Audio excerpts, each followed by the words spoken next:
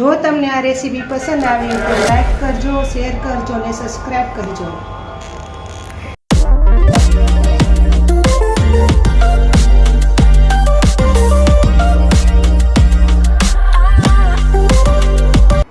હું સગુણાબેન સ્યારા સુરતથી તમારું ગુજરાતી ફૂડમાં સ્વાગત છે। આજે આપણે બનાવીશું ગુંદાનું અથાણું।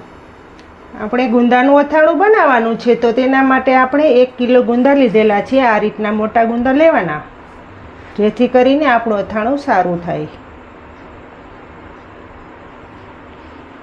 ને આપણે 100 ગ્રામ મેથીના કુરિયા લીધેલા છે, 100 ગ્રામ રાઈનો બોરો લીધેલો છે, આપણે 50 ગ્રામ ધાણાના કુરિયા લીધેલા છે,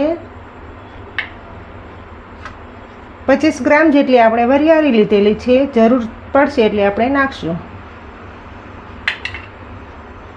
આપણે હળદર લીધેલી છે 4 ચમચી, 4 ચમચી આપણે કાશ્મીરી લાલ મરચું લીધેલું છે, 2 ચમચી હિંગ લીધેલી છે, 2 ચમચી આપણે મરી લીધેલા છે, આપણે 1 વાટકો નમક લીધેલું છે, 1 કેરીના ટુકડા કરીને રાખ્યા છે ગુંદામાં નાખવા માટે।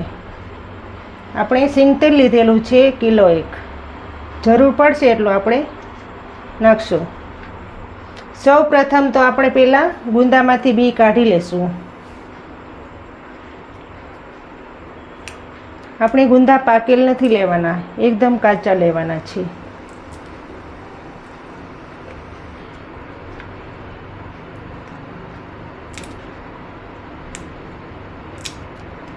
આ રીતના મોટી સાઈઝના ગુંદા લેવાના। હંમેશા ગુંદાનું અથાણું કરવું એટલે મોટા ગુંદા જ ચાલે। બધા ગુંદામાંથી આપણે ઠરિયા કાઢી લેશું ને ગુંદાનો ઉપરનો ભાગ કાઢી નાખેલો છે તો હવે આપણે ગુંદામાંથી બી કાઢી લેશું। આ રીતનો ગુંદો લઈ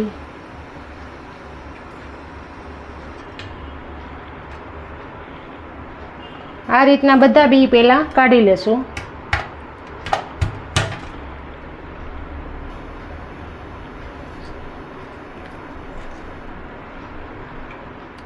બધા ગુંદામાંથી બી નીકળી ગયા છે તો હવે આપણે હળદર અને મીઠું ભેળવી દઈએ ગુંદામાં। તેના માટે આપણે મોટું વાસણ લેવાનું, તેમાં આપણે 1 વાટકો આ મીઠું નાખીશું।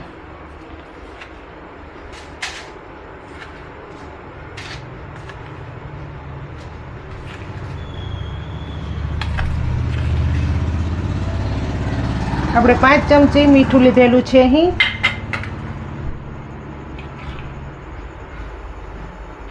હળદર લીધેલી છે આપણે 3 ચમચી,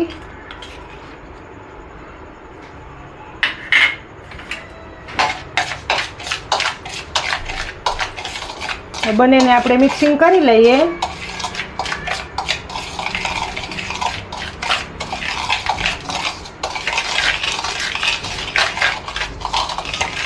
એકદમ બરાબર મિક્સિંગ થઈ જાય પછી આપણે ગુંદા ભરશું।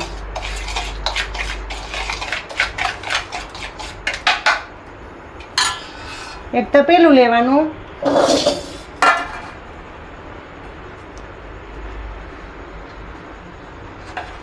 ગુંદા ભરી લેશું। આ રીતે ગુંદા ભરવાના।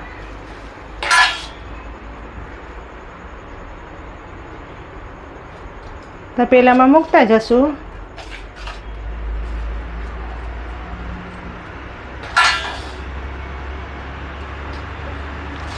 આવી રીતના બધાય ગુંદા આપણે હળદર મીઠાથી ભરી લેશું।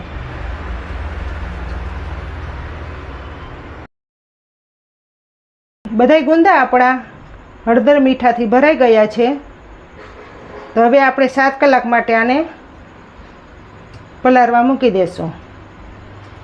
એમાં આપણે જે કેરીના ટુકડા કરેલા છે તે પણ આપણે સાથે નાખી દઈશું।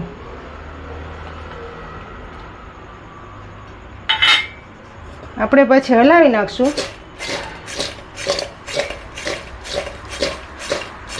આખું વર્ષ માટે અથાણું સારું રહે આપણું.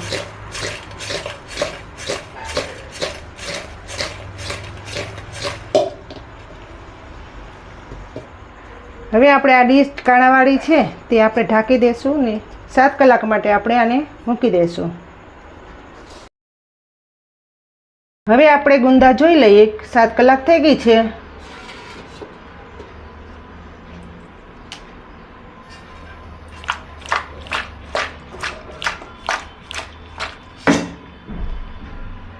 સરસ પીળા થઈ ગયા છે એકદમ. ગુંદામાં પીળાશ આવી જાય એટલે માનવાનું કે ગુંદા સરસ થઈ જાય. હવે આપણે આ બધું પાણી નિતારી લઈશું એક વાસણમાં. આપણે આ ભાતીઓ લીધો છે તેમાં આપણે ગુંદા નિતારશું.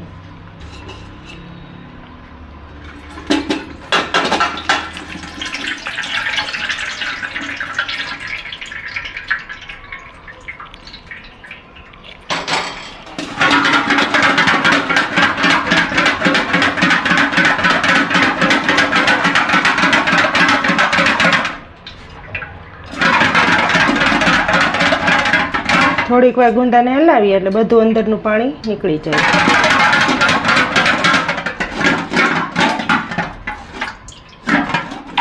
હવે આપણે આને 5 મિનિટ રહેવા દેશું. ત્યાં સુધીમાં આપણે તેલ ગરમ કરી લઈએ.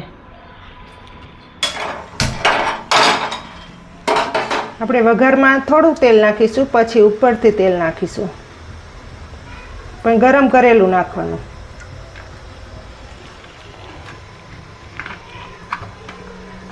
આપણે 250 ગ્રામ જેટલું તેલ લીધેલું છે. જરૂર પડશે એટલું નાખશું. તેલ સરસ ગરમ થવા દેવાનું, પછી આપણે વઘારીશું. હવે આપણું તેલ ગરમ થઈ જાય ત્યાં સુધીમાં આપણે મસાલા તૈયાર કરી લઈએ. આ મિક્સર જાર લીધેલી છે તેમાં આપણે બોરો નાખીશું. મેથીનો બોરો છે. તેમાં રાઈના કુરિયા પણ સાથે નાખી દેશું.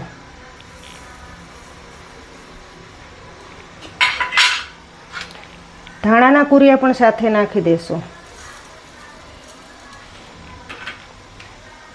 સાથે વરિયાળી નાખી દેશું એટલે ટેસ્ટ બહુ સારો આવે.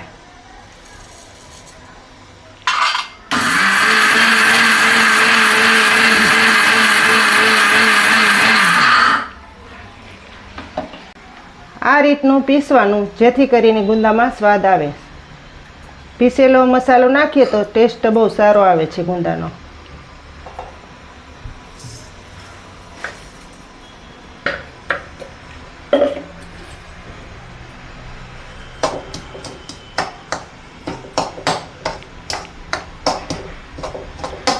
આમાં આપણે મરી આખા લીધેલા છે તે પણ નાખી દઈશું ઉપરથી.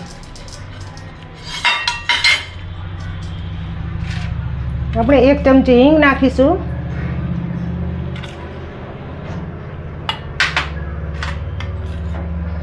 અડધી ચમચી આપણે હળદર નાખીશું.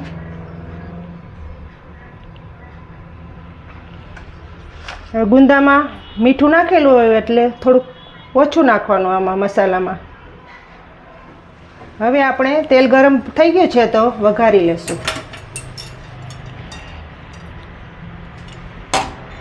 હવે વઘારી લેશું. ઉપરથી આપણે થાળી ઢાંકી દઈશું વઘારીને.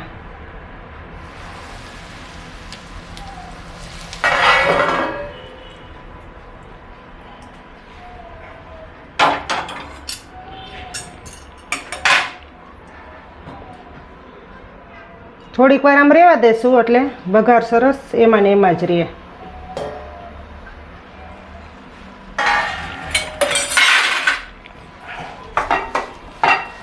મસાલો વઘારીએ ત્યારે સુગંધ બહુ સરસ આવે છે. હજી આપણે થોડુંક તેલ નાખીશું.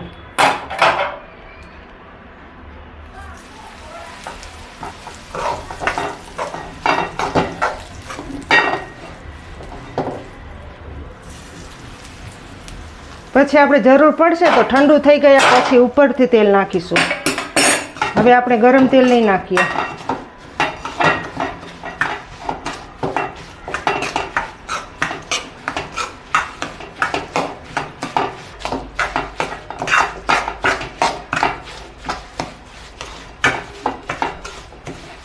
મસાલો 5 મિનિટ ઠંડો થવા દઈશું. ત્યારબાદ આપણે લાલ મરચાંનો પાવડર નાખીશું. બહુ સારી સુગંધ આવવા લાગી છે. મસાલો સરસ ઠંડો થઈ ગયો છે. ત્યારબાદ આપણે લાલ મરચું નાખી દઈએ. આપણે 2.5 ચમચી મરચું નાખીશું.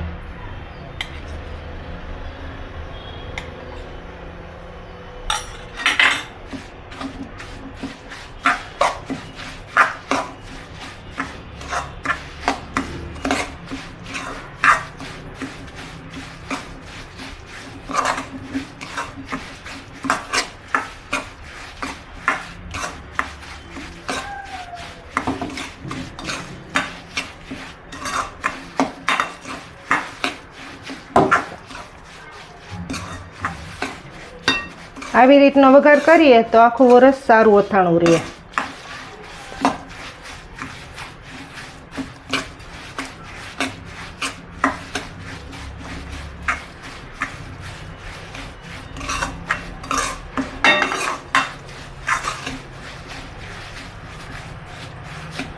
હવે 5 મિનિટ આમ રહેવા દેશું, જેથી કરીને ચટણીનો કલર આવી જાય. 5 મિનિટ આમ રહેવા દેશું એટલે સરસ તેલ છૂટું પડી જશે.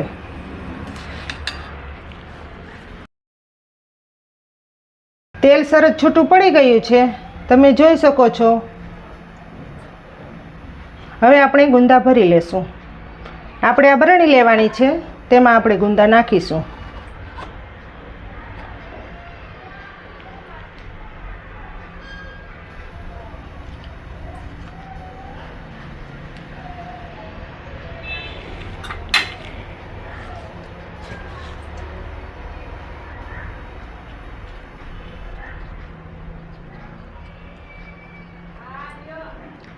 આવી રીતના ગુંદા આપણે ભરી લેશું.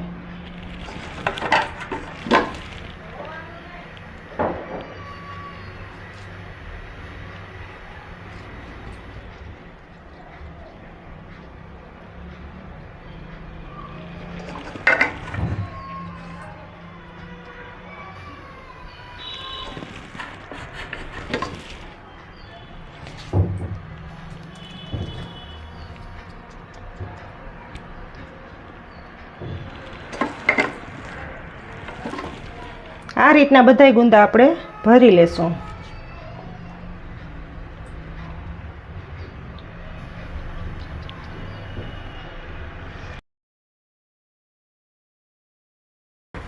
તૈયાર છે આપણું ગુંદાનું અથાણું. આખું વરસ માટે સારામાં સારું અને ખાવામાં સરસ લાગે એવું અથાણું. પછી ઠંડુ કરીને તેલ ઉપરથી જરૂર પડશે તો આપણે નાખશું, નહીંતર તો તેલ ઉપર આવી જ જશે. આપણે 2 દિવસ પછી ખાઈ શકીએ અથાણું, કારણ કે મેથીનો બોરો નાખેલો હોય તો થોડોક કડવો લાગે, એટલા માટે. તેલ ઠંડુ થઈ ગયું છે તો આપણે 2 પાવરા જેટલું ઉપરથી નાખી દઈશું.